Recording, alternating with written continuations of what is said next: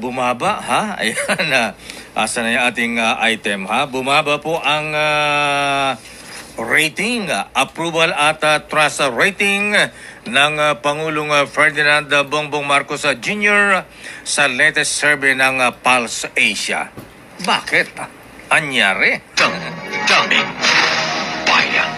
Tatalakayin natin yan at magandang umaga sa mga cavaliers, mga mista, sa ating mga kasundaluhan. Alam po nyo, at maging mga retired generals at lahat po ng mga vloggers na sumusubaybay po sa atin. Alam po niyo hanggang sa ngayon mainit pa rin yung balita natin last week ha. Ayan yung iba sinasabi fake news. Ayan hindi po fake news yun. Pinindigan na ating bubit ha. Na meron nag-walk out na general at ilan pa ha.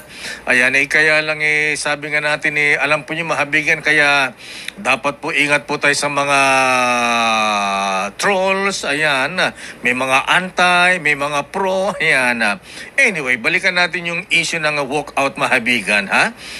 Klaruhin lang natin siguro din naman natin siguro wala natin kung merong spin, merong konting spin ng istorya o kaya nagkamali lang sila ng ng interpretation dun sa ating balita. Ayan. Kaya sabi natin iba yung yung command conference at conference.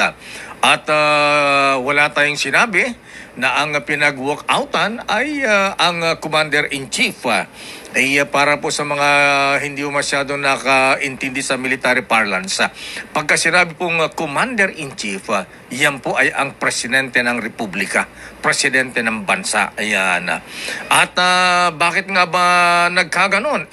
Sinong pinag-walkoutan?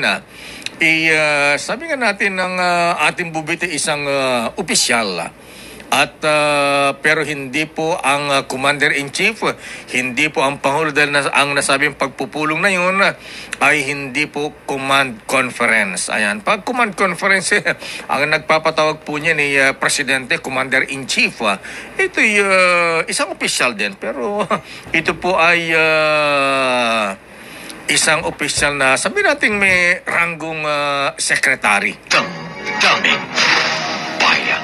Ano nga ba ang pinagmulan niyan? Ito na nga ba ang sinasabi natin na Apo Little President, Apo Lucas Bersamin at ang ating opisyal sa National Security Council. Alam po niyo mahabigan ni Apo General Dick De Leon, Secretary Ed Anyo, ha? Ayan, Secretary Gibo at siyempre sa ating Commander-in-Chief. Mr. President, siguro po kailangan dito ang inyong komanda, ha? Abay, dahil nakalungkot, aminin na natin na dahil sa hindi po pagkakaintindihan din ng ilan natin mga opisyal, mapa civilian, mapa military, masakit aminin po Mr. President pero parang wala pong nagtitimon Mr. President. Kumbaga sa Philippine Harmonic Orchestra, ha? Wala po tayong conductor. Ayan, dapat may conductor, isang kumpas lamang po para hindi po tayo sintonado, ha? Hindi po iba-iba ang ating mga statement na nagiging kalituhan sa ating kasundaluhan. Ayan, at maging ang civilian group na nasa ahensya na ating gobyerno. Para isang lang po, ha? Ayan, isang tono lang ang sinasabi natin.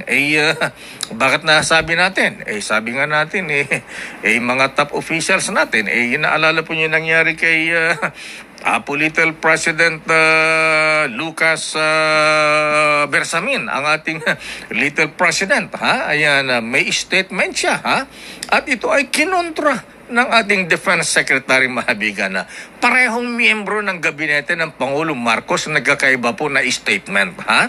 Abay, kung naalala po ninyo, ayan, ang sabi ni Little President Lucas Bersamin, Apo Lucas at Secretary Gibo Teodoro sa Ayungin Incident na ikinasugat ng ilang sundalo at pagkaputol ng daliri ng isang tauhan ng Navy. Ayan, dahil sa ginawang agresibo aksyon ng China Coast Guard.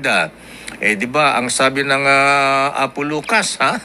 Well, you know, this was probably a misunderstanding or an accident. We're not yet ready to classify this as an armed attack.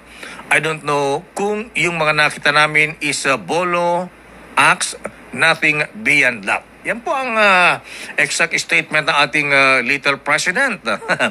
Pero kinontra naman, ang sabi naman nating defense secretary, we see the latest incident in Ayungin not as a misunderstanding or an accident.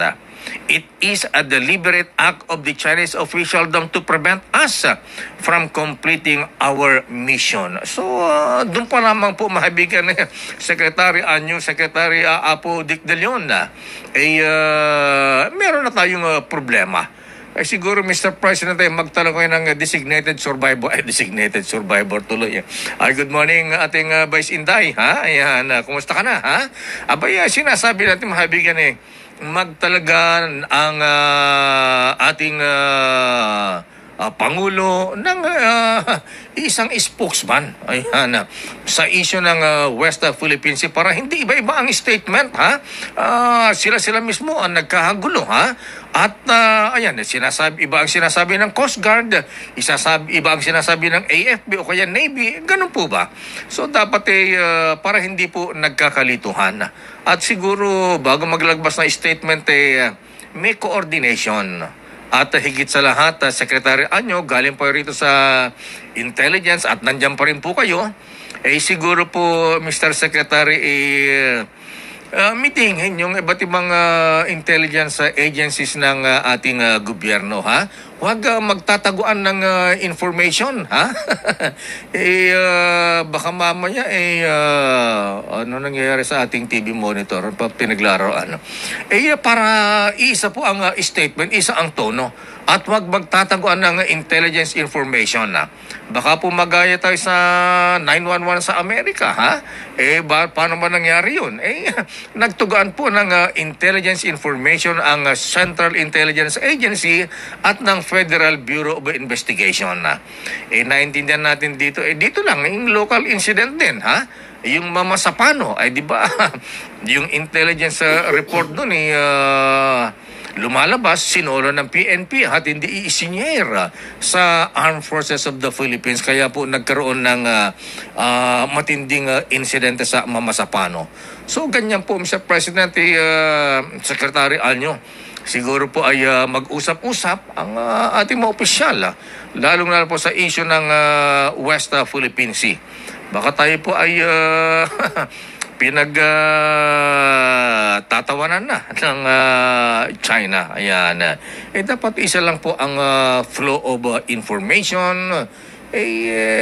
Let's put our acts together, ika nga, magkaisa po tayo, Ayan. Kaya lang kasi minsan mahabigan sabihin ng ibang Intel group,